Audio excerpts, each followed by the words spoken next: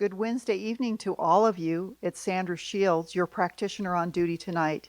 And now it's time for our metaphysical lesson. So tonight, we're really going to talk about maintaining your spiritual wellness. I know that during this challenging time, a lot of us have reevaluated what's happening with our body, our minds, our emotion, and also our spirit. So we're looking at as we're going through this trauma together, we're looking at ways to increase our resiliency. We're looking at different habits that will support us in mind, body, spirit, and emotion during this time. I know I have been looking at, different ways to exercise now that I can't go to the gym, looking at what the thoughts are in my head and trying to be as positive as I can. And certainly resiliency and spiritual wellness is an important thing that we want to focus on. In the Sunday lesson, one of the inspirational reading was about the pearl of great price. And that really is a reading and a concept in spirituality of how precious our spiritual nature is and how important it is to really develop it and use it. And that's a part of having a happy and fulfilled life. And certainly we want to be able to make use of all of our senses, our sixth sense, and in fact, your hearing, your smelling, your taste, touch, all of those things, but also your sense of spirit and sense of the divine is very, very important.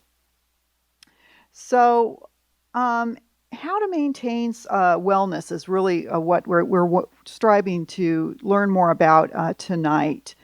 That the concept of spiritual wellness, when I looked up on the internet for what spiritual wellness really means, I came across this website from the American Association of Equine Practitioners. So they really had the best stuff on spiritual wellness. And this is the group, the professional group that supports veterinarians that work with horses. So I thought it was very interesting that they consider their medical practice to be in alignment with their spiritual practice as well. But anyway, here's what they say about spiritual wellness. Spiritual wellness is described differently by each person, but the concept generally relates to one's sense of purpose, life meaning, our relationship to other people, and a self-awareness of these things. Spiritual wellness provides us with a system of faith, belief, values, ethics, principles, and morals. A healthy spiritual practice may include examples of volunteerism, social contributions, belonging to a group, fellowship, optimism, forgiveness, and expressions of compassion. Spiritual wellness allows one to live a life consistent with his or her own beliefs and moral systems, while we establish our feeling of purpose and finding meaning in life events. And so I think that's really an important concept to start with first, just that whole set of tools that we have available to us to maintain our spiritual wellness every day. And certainly during challenging times, we have to step up our practices. So the 5 habits of spiritual wellness that's recommended by this organization, by the way, you can find this on their website at aaep.org, 5 habits for spiritual wellness. Meditation. Having some type of meditation practice, that ability to really tune in and focus and have some quiet time so you can hear that still small voice is one of the first habits that they are recommending. So however you do that meditation, whether you're able to sit for periods of time from 5 minutes to longer than 5 minutes, an hour, what have you, whether you do walking meditations, just having that spiritual practice of being able to tune in and listen to that sixth sense, that sense of intuition, if you prefer to use that term, is really important. One thing that they do recommend here is the app Headspace.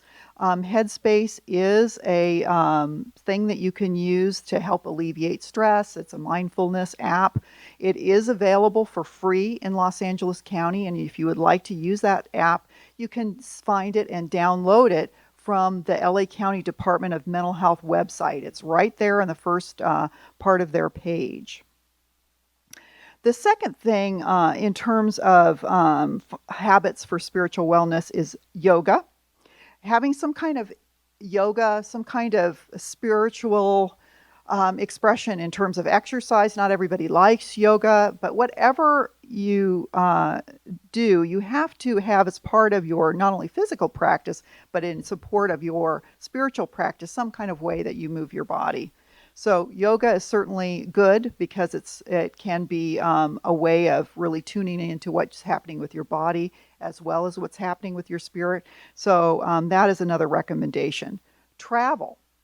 Travel is a skill and one of those things that can help you with your spiritual wellness. I have noticed this myself, that when I travel someplace, and right now, of course, many of us are not traveling anywhere, but when we're able to travel again, the ability to go to a new place and be in a new environment really helps different thoughts be in your head.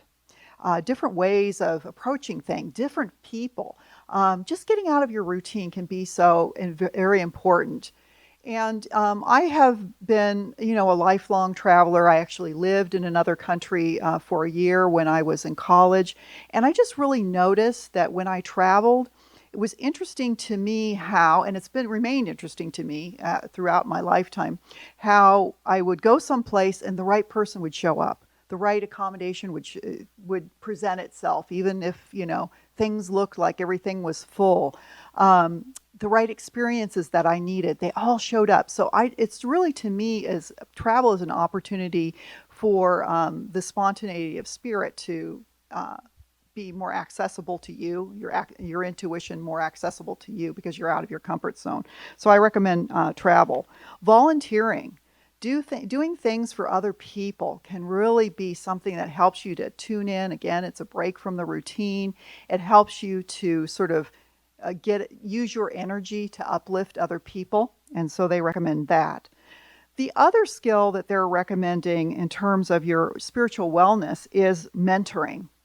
Being able to use what you know to mentor the next generation is such a fulfilling way to achieve spiritual wellness. And I've noticed sometimes when I'm mentoring another person, some words will come to my mind, or things that I think are important to express that I think, I wonder where that came from. It just feels so uplifting, and it's uplifting for the person as well as me. So I really do encourage a mentoring.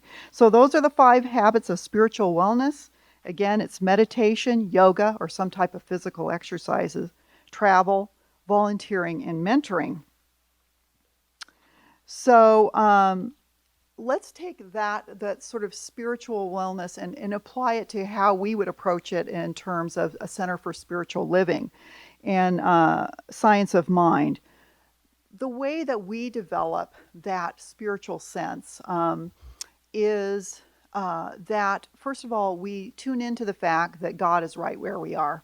So God is not in some distant location. God is within. God is our intuition, that still small voice. So being able to use your prayer practice, to use your skills for wellness, to tune into that connection that you always have with God. And even though you may not always use that connection, it is still there. So tuning into that sense that God is right where you are and your intuition is there and available for you to use it is the first approach, I would say. We don't ascribe to any doctrine or dogma. We are a center which we honor all faith traditions. And so I think the next step would be, as you're looking for spiritual practices, spiritual mentors, uplifting guidance, be sure and just go to those sources of wisdom that inspire you. And there's really kind of one size doesn't fit all, but looking for that source, and it may be in other faith traditions other than just the one you were raised with, and so that can be really, really helpful. So you develop that intuition, you connect, you develop that intuition, you use your practices to access that connection. You use your reading and practices and seeing lectures and that sort of thing to uplift your consciousness and strengthen your faith and your connection to intuition. And then you begin to, and certainly being a part of a faith community such as our center can really help you with your spiritual wellness. So then, from those practices of being present, there comes the ability to pay attention to your thoughts because as you think and as you believe, that is what is you focus on in your life. So what you think is what you create. You can use your spiritual wellness as a means to uplift yourself, uplift your ideas about your life, about what practices you should have. Anything that you need to do in terms of problem solving can be lifted up into your mind through that. So what you think, you create. That's the law of attraction. And certainly we very much focus on that as part of our practices.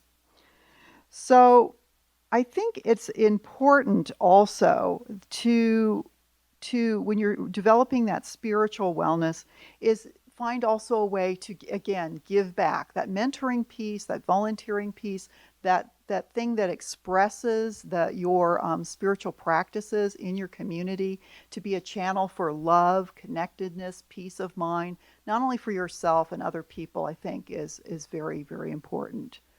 So during this time of reflection, during this time of the challenges that we're facing as in our community and in our country, I think it's a time to step up our game in terms of spiritual wellness. And I encourage all of you to tune in again to what those spiritual wellness practices are that you have. Consider adding some new tools to your toolbox to help you with your resiliency. Thank you so much, and so it is.